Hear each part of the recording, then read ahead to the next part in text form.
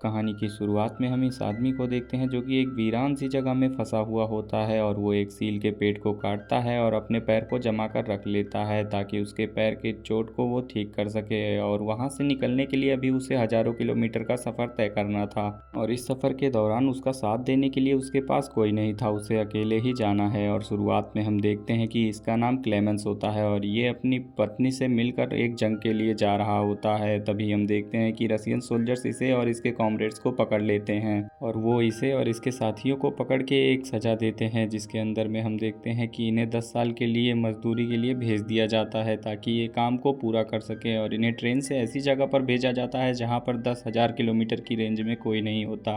वो जगह चारों ओर से बर्फ से ढकी हुई होती है और जैसे ही ट्रेन पहुंचती है तभी यहाँ पर हम देखते हैं कि रशियन सोल्जर्स इन लोगों को बहुत टॉर्चर करते हैं। कोई भूख से मर जाता है तो कोई बर्फ़ में गिर के मर जाता है। ऐसे ऐसे करके रशियन सोल्जर्स के सामने ये अपने घुटने टेक देते हैं। ये लोग ऐसी जेल में थे जहाँ पर इनके पास कोई भी फेंसिंग या कोई बॉर्डर नहीं था, लेकिन इन्हें भागने का कोई भी मौका भी नहीं था क्योंकि वहाँ पर कोई भी अगर भागना भी चाहे तो 10,000 किलोमीटर का सफ़र तय करना पड़ेगा। इसीलिए वहाँ से भागने के बारे में कोई भी सोल्जर सोचता भी नहीं। सालों साल बीतते गए और लोग यहाँ पर काम करते करते एकदम से थक चुके थे। उनकी उम्मीद टूट चुकी थी क्योंकि अब वो नहीं जान सकते थे कि यहाँ से निकल भी पाएंगे या नहीं और वो यहाँ पर फंस चुके थे। लेकिन यहाँ पर कुछ जर्मन सोल्जर्स पहले भी लाए गए थे।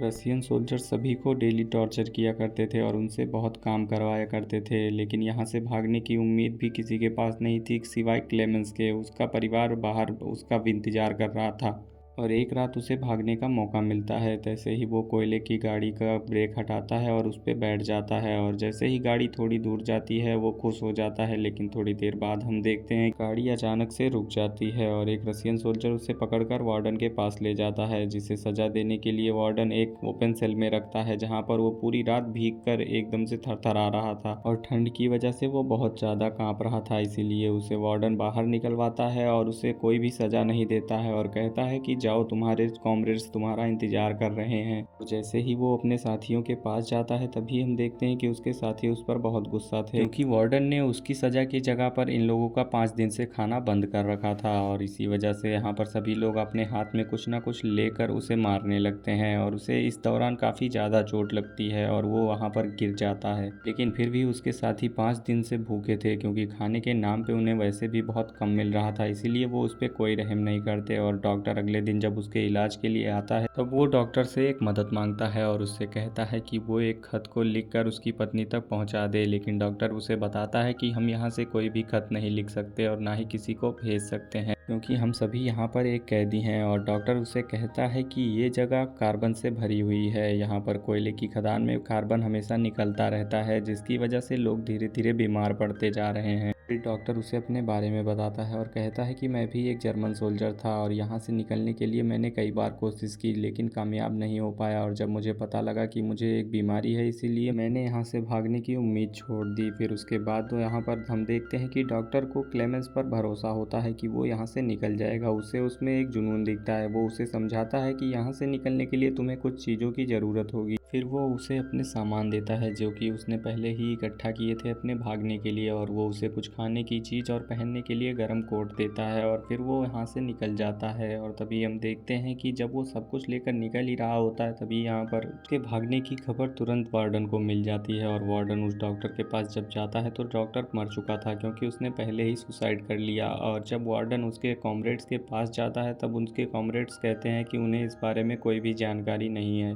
देखते देखते 5 दिन बीत गए और उसके सोल्जर्स 100 किलोमीटर की रेंज तक उसे ढूंढ रहे थे लेकिन उसका कोई अता पता नहीं चलता। और रिसर्च टीम उससे कहती है कि क्लेमेंस अब मर चुका होगा क्योंकि 100 किलोमीटर का फासला कोई भी इतनी जल्दी नहीं तय कर सकता। लेकिन वार्डन को इस बात पे बिल्कुल भी विश्वास नहीं होता। वो जानता था कि क्लेमेंस बहुत ही ज़्यादा स्ट्रांग है और क्लेमेंस इतनी जल्दी हार नहीं मानने वाला। और हम देखते हैं कि क्लेमेंस धीरे धीरे अपने सफ़र की ओर आगे बढ़ रहा था, लेकिन इस सफ़र के दौरान उसका खाना भी खत्म हो चुका था और उसकी शरीर भी थक चुकी थी जिसकी वजह से वो गिर जाता है और काफ़ी ज़्यादा थक जाता है। लेकिन बेहोश होकर जब वो जागता है तब उसे एक सील दिखाई देती है जिस पे वो हमला करता है, पर उसके हाथ में जो बंदूक थी वो काँप रही थी ठंड के मारे, इसीलिए वो उसके करीब जाता है और उसी दौरान उसे चोट भी लग जाती है। लेकिन यहाँ पर वो आगे बढ़ता है और सील के ऊपर निशाना लगाकर उसे मार देता है और वो बहुत खुश हो जाता है क्योंकि उसका खाना भी ख़त्म हो चुका था। और यहाँ पर जब उसे सील मिल जाती है तब उसे हफ्तों का खाना भी मिल जाता है और यहाँ पर वो अपना पैर ठीक होने के बाद अगले सफ़र की ओर बढ़ता है। और कई मीलों का सफ़र तय करने के बाद उसे यहाँ पर अब एक पेड़ देखने को मिलता है जिसे देखते ही वो बहुत खुश हो जाता है क्योंकि वो एक पॉजिटिव सिग्नल था, क्योंकि यहाँ पर अब एक पेड़ दिखा तो इसका मतलब आगे जंगल होगा। और फिर वो एक नई उम्मीद के साथ आगे बढ़ने लगता है और तभी उसे यहाँ पर उसका अंदाज़ा सही मिलता है। यहाँ पर एक जंगल मिल जाता है जहाँ वो लकड़ियाँ जलाकर एक चैन की नींद सोता है और सुबह जब उसकी आँख खुलती है तब एक बर्फीला तूफान आ जाता है जिसकी वजह से यहाँ पर अब उसे काफ़ी ज़्यादा मुश्किलें देखने को पड़ रही थी और वो आगे की ओर नहीं बढ़ पा रहा था। और तभी अचानक एक पेड़ उसके ऊपर गिर जाता है और वो बेहोश हो जाता है। लेकिन क्लेमेंस की किस्मत अच्छी होती है क्योंकि उसे 2 हंटर्स मिल जाते हैं और वो उसे अपने साथ लेकर चले जाते हैं और वो उनके साथ आगे का सफ़र धीरे धीरे तय करने लगता है और एक नौका बनाता है जिसमें वो तीनों सवार होकर नदी के साथ आगे बढ़ रहे थे। कई किलोमीटर चलने के बाद नदी में तूफान आने लगता है जिसकी वजह से पानी का बहाव तेज हो जाता है और नाव उनके कंट्रोल में नहीं होती है। और यहाँ पर थोड़ी दूर चलने के बाद उनका एक साथी नीचे गिर जाता है जिसे बचाने के लिए क्लेमेंस अपनी जान पर खेल जाता है और उस आदमी को बचा लेता है। और इस दौरान यहाँ पर हम देखते हैं कि उसका साथी उनकी नाव लेकर आगे की ओर बढ़ चुका था, जिस बात से ये आदमी बहुत ही ज़्यादा गुस्सा होता है। तीसरा आदमी बहुत खुदगर्ज होता है, वो उनके सामान और नाव को लेकर एक किनारे पहुंच जाता है। वो सोचता है कि वो दोनों मर चुके हैं, इसीलिए उसके सोने को भी अपने पास रख लेता है, लेकिन उसे अंदाज़ा भी नहीं होता। और यहाँ पर क्लेमेंस और उसका साथी फिर से वापस आ जाते हैं और यहाँ पर हम देखते हैं कि वो आदमी बहुत गुस्से में था, इसीलिए वो इस आदमी को गोली मार देता है और यहाँ से निकल जाता है क्लेमेंस के साथ। पर उसे अब किसी पर भी भरोसा नहीं था, इसीलिए वो क्लेमेंस को भी धक्का मार के पहाड़ से नीचे गिरा देता है जिसकी वजह से क्लेमेंस को काफ़ी ज़्यादा चोटें लगती हैं। और इसी दौरान हम देखते हैं कि एक भेड़ियों का झुंड उसकी ओर बढ़ने लगता है, जिससे बचने के लिए क्लेमेंस एक पेड़ का सहारा लेता है। भेड़िए उसके पैर को नोचने लगते हैं, लेकिन जब वो भेड़ियों से बचने के लिए पेड़ के ऊपर चढ़ने की कोशिश करता है इतने में ही पेड़ टूटकर गिर जाता है जिसकी वजह से क्लेमेंस को काफ़ी ज़्यादा चोट आती है। पर इसी दौरान एक शिकारी वहाँ पर आता है और सभी भेड़ियों को मार देता है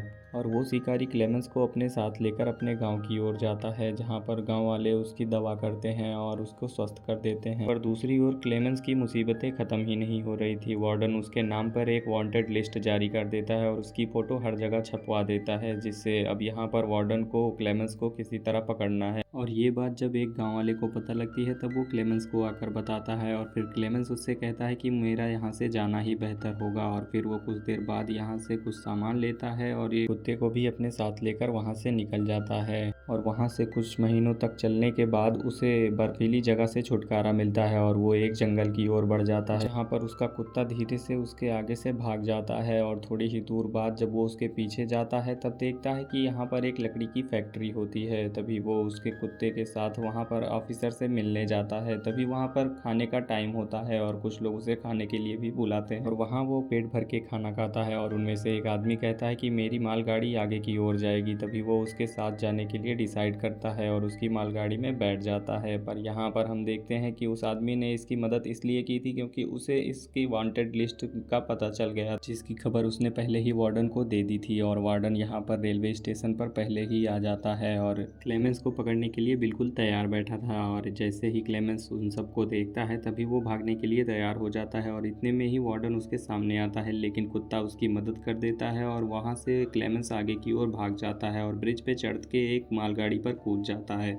और वहाँ से भाग जाता है। पर यहाँ पर अभी उसका सफ़र बहुत दूर था, उसे अपने घर जाने के लिए काफ़ी दूर तक सफ़र तय करना है। लेकिन जब वो आगे की ओर बढ़ता है तभी एक गांव में पहुँचता है जहाँ पर उसे कुछ खाना देख के लालच आती है, पर उसके पास खाने के लिए कुछ भी नहीं होता। पर उसे भूख तो बहुत जोर की लगी थी, लेकिन वो आगे बढ़ जाता है। तभी कुछ महिलाएं होती हैं जो कि उसे भूखा देखकर एक रोटी का टुकड़ा एक बच्चे को दे देती हैं और वो बच्चा जाकर उसकी जेब में रोटी रख के भाग जाता है और रोटी खाकर वो एक चर्च की ओर बढ़ जाता है। है और जब चर्च में वो जाता है तभी उसे एक आदमी मिलता है जो कि उसकी मदद करना चाहता था, लेकिन वो एक जीवित था। पर वहाँ पर वो उसे अपने साथ चलने को कहता है और क्लेमेंस भी उसके साथ चला जाता है उसके घर, जहाँ पर क्लेमेंस अपना हुलिया सही करता है। और यहाँ पर वो आदमी उससे कहता है कि तुम यहीं पर रुको, मैं तुम्हारे लिए कुछ खाने को लाता हूँ, और क्लेमेंस भी अपनी हाँ कर देता है। फिर वो आदमी दरवाज़ा बंद करके वहाँ से चला जाता है और तभी हम देखते हैं कि जब वो वापस आता है तब क्लेमेंस घर पर नहीं होता, जिसे देखकर आदमी तुरंत चर्च की ओर जाता है और वहाँ पर क्लेमेंस तुरंत उसे मिल जाता है और क्लेमेंस उसे बताता है कि मुझे अब किसी पर भी विश्वास नहीं रहा। लेकिन तभी वो आदमी उससे कहता है कि तुम चाहे मुझ पर विश्वास करो या ना करो, पर मैं तुम्हारी मदद करना चाहता हूँ क्योंकि मैंने पास्ट में बहुत बड़ी गलती की थी। और वो उसे एक पासपोर्ट देता है जिसके थ्रू वो वहाँ से निकल सकता है।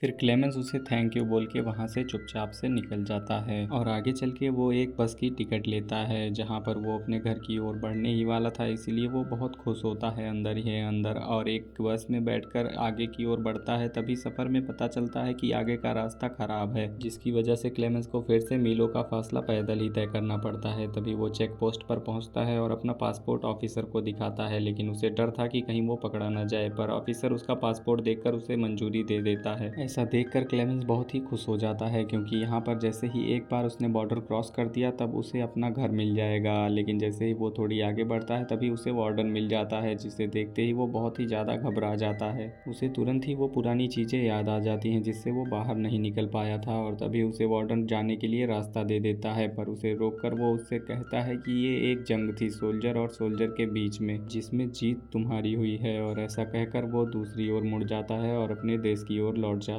है। और अब क्लेमेंस भी बिना किसी डर के आगे की ओर बढ़ने लगता है और अपने देश पहुंच जाता है और उसे लेने के लिए उसका अंकल आता है जो कि उसकी पहचान करता है और उसे अपने साथ अपने घर ले जाता है। घर पहुंचकर क्लेमेंस चर्च की ओर जाता है जहां पर उसकी फैमिली उसके लिए प्रार्थना कर रही होती है और तभी उसकी बेटी को एहसास होता है कि उसके फादर कहीं आसपास हैं और वो पीछे मुड़ के जैसे ही देखती है तभी वो अपने पिता को देखती है और उन्हें गले लगा लेती है। इसी के साथ क्लेमेंस का भी सफ़र पूरा हो जाता है। और अगर आप सभी को कहानी अच्छी लगी हो तो वीडियो को लाइक ज़रूर करना।